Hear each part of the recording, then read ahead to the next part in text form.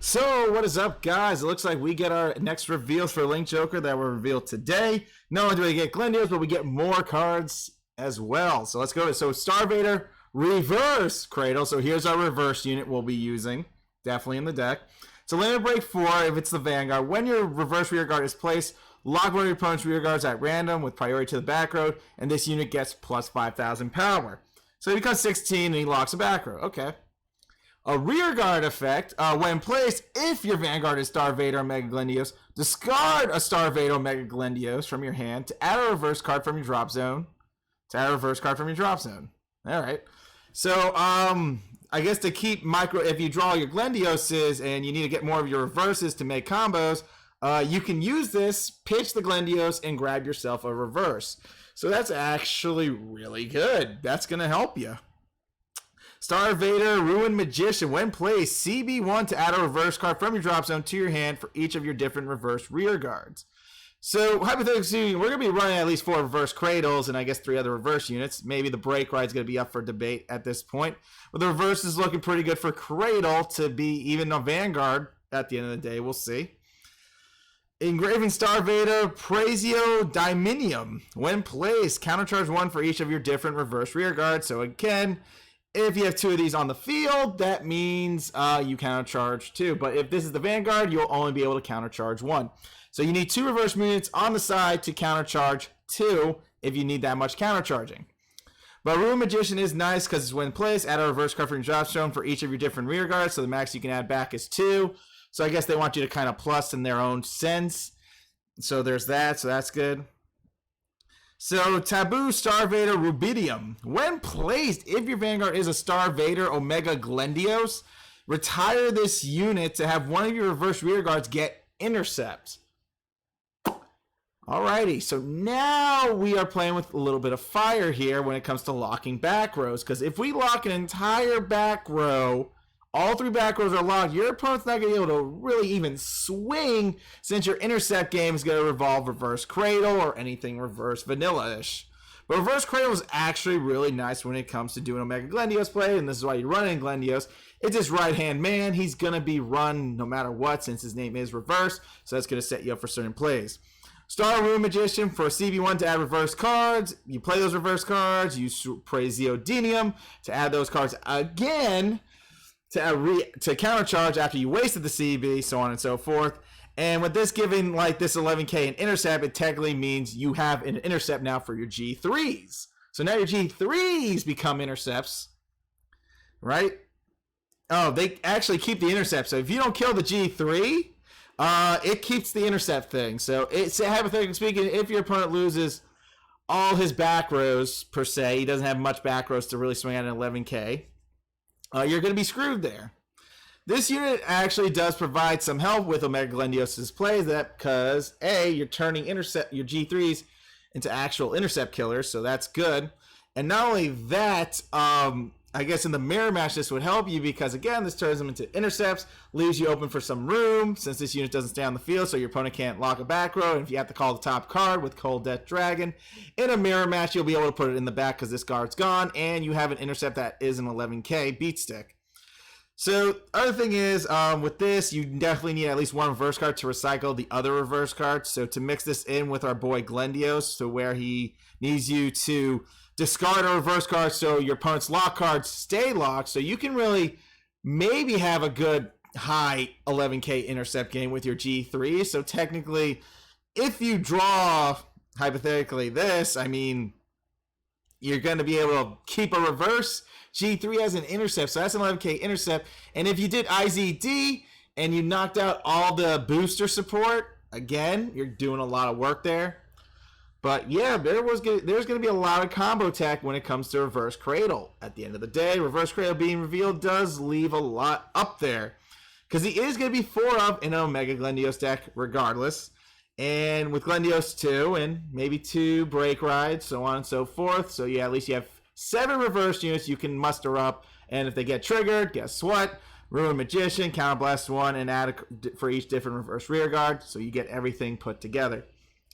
Colony Maker will play a bigger role, I guess, in this deck, kind of, because I guess with the G2 lineup, you could hypothetically Magnet Malo seems pretty good because again, you get to search out your a reverse unit so you can get a reverse Cradle. Reverse Cradle can set you up for other combos, so you always have 11k units. So you want to just kind of like muster up everything at the end of the day. And Infinite Zero Dragon is a Star Vader, so this effect can work during Infinite Zero. So you technically could just fetch a reverse Cradle and have a break right for that turn. Again, so if you would say, hypothetically speaking, you're running the Fenrir Forerunner, you're going to draw a card, and not only that, you can plus with this, so you're not really losing anything, so on and so forth. You got a lot of stuff going there. But with the Wordline Dragon, you can definitely even discard your Cradle, go look for Omega Glendios, try to re-add your reverse Cradle back to your hand in case you have another Omega Glendios in your hand, and then you just pitch that Omega Glendios for another reverse unit to pull off all Omega Glendios' effect. Obviously, Omega Glendios is for an expert Link Joker player because there's a lot of crap you have to do with this card when it comes to using reverse units.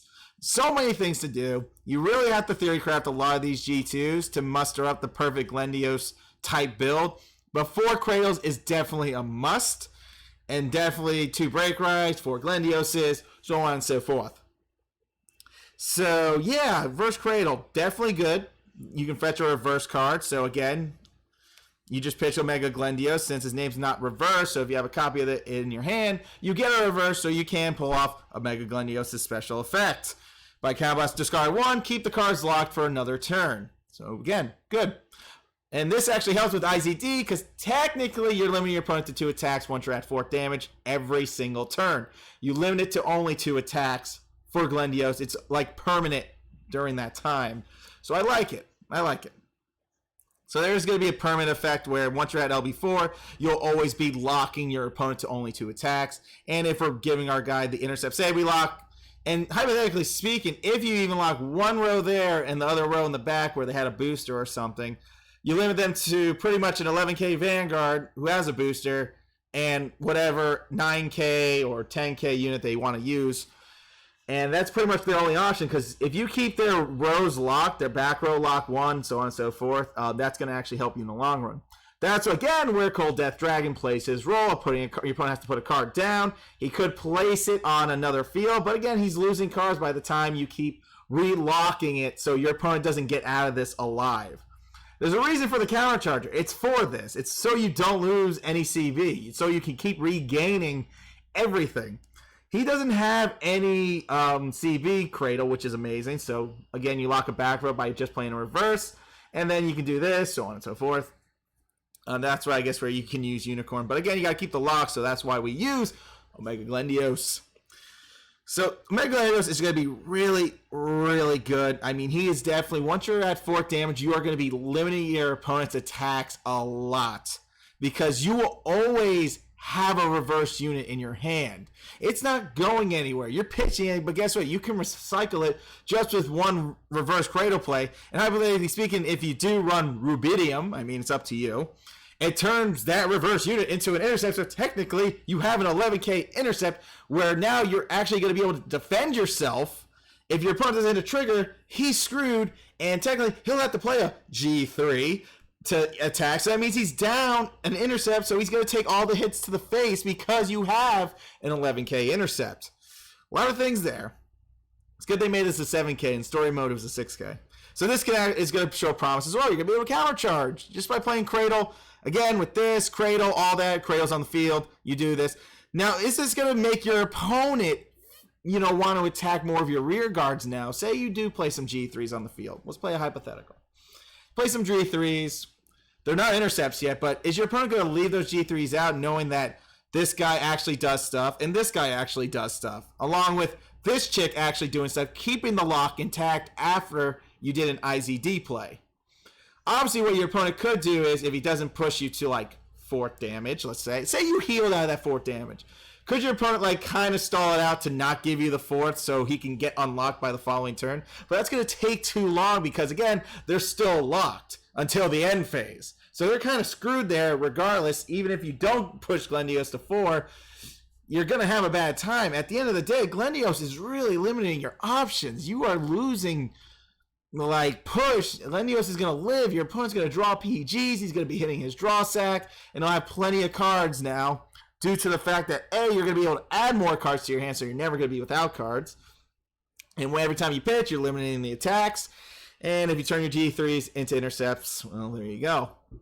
So seeing Cradle, yes, four of glendios, and again, 2 break rights possibly at the end of the day, but honestly, you can go for a full defensive deck against a lot of builds with just glendios. 2 break rights doesn't hurt you, but the 4 cradles is definitely good. This is good. This keeps the effect flowing. When you lock a back row, again, when you lock the back row, you have an 11k, but that's the whole purpose of IZD, because technically, since you're going to be able to add a reverse unit, this actually can help you search a break ride. I mean, you're going to pitch a reverse, look at the top 5, and then add a card to your hand. Obviously, you're looking for the break ride because there's only 2 break rides in your deck. So once you have all the cards necessary to pull the play off, you'll be able to do the combos. And since you are running 7 reverse units, you will be able to pull off Ruined Magician. So a lot to go into deck building when it comes to glendios. This is where Link Joker, you got to be really, really smart. And that's all I can really tell you.